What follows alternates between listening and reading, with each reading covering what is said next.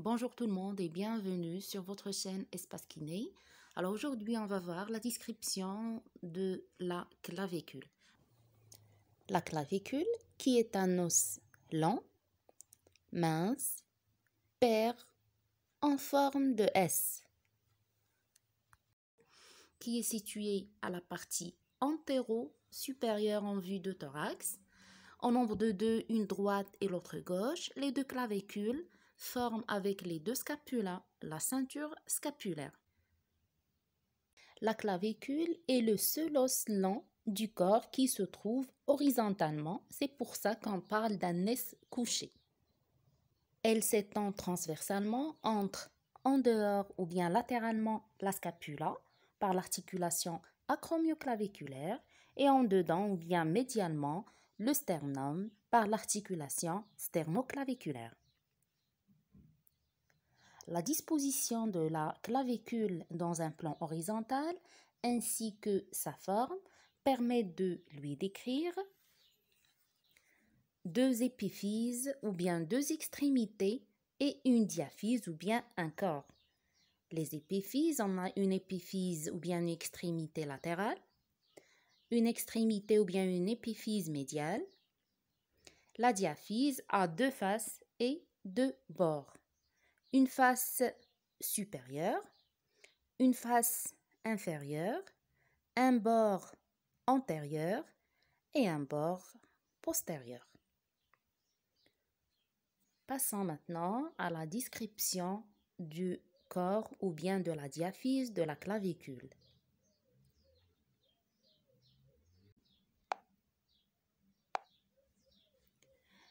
La clavicule présente double courbure, donc sa diaphyse, et elle est arrondie médialement et il est large et plate latéralement.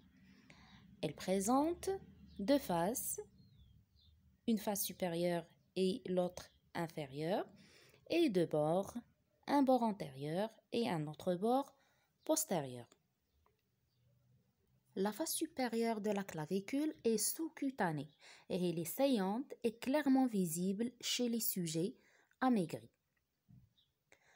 Alors, ce que vous voyez ici, c'est une clavicule ou bien une face supérieure d'une clavicule droite, dont la partie antérieure et plus précisément dans les deux tiers médial ou bien interne, on a l'insertion d'un muscle grand pectoral.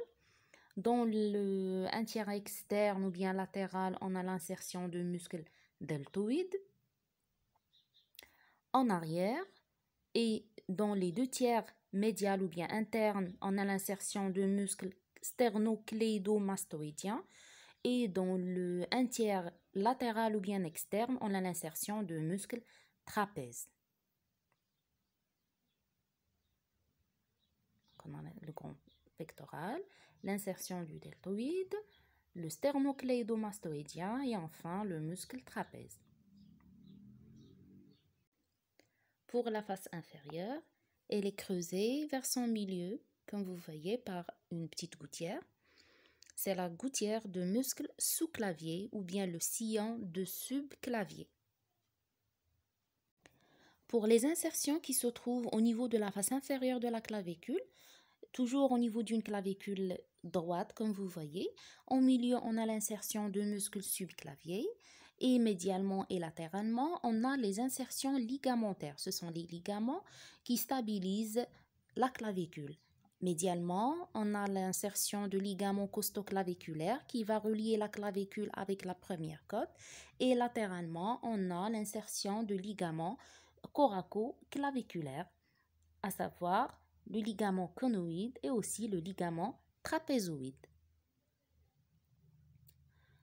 Donc, c'est l'insertion de muscles subclaviés au niveau de la face inférieure de la clavicule et aussi les insertions ligamentaires des ligaments coracoclaviculaires et ligaments costoclaviculaires.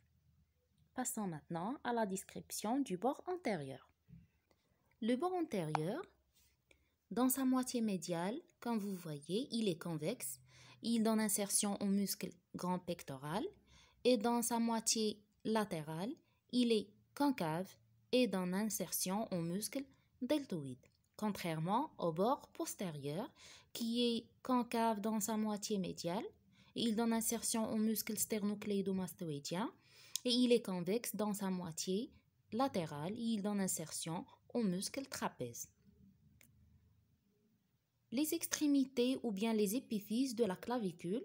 Donc la clavicule possède deux extrémités, une sternale ou médiale ou bien interne. Elle est remarquable par son volume parce qu'elle comporte une surface articulaire avec le sternum, c'est l'articulation sternoclaviculaire.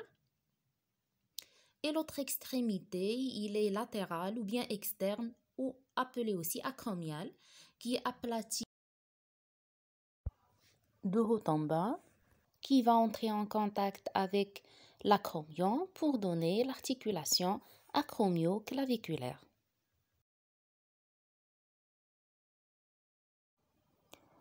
Je vous remercie pour votre attention.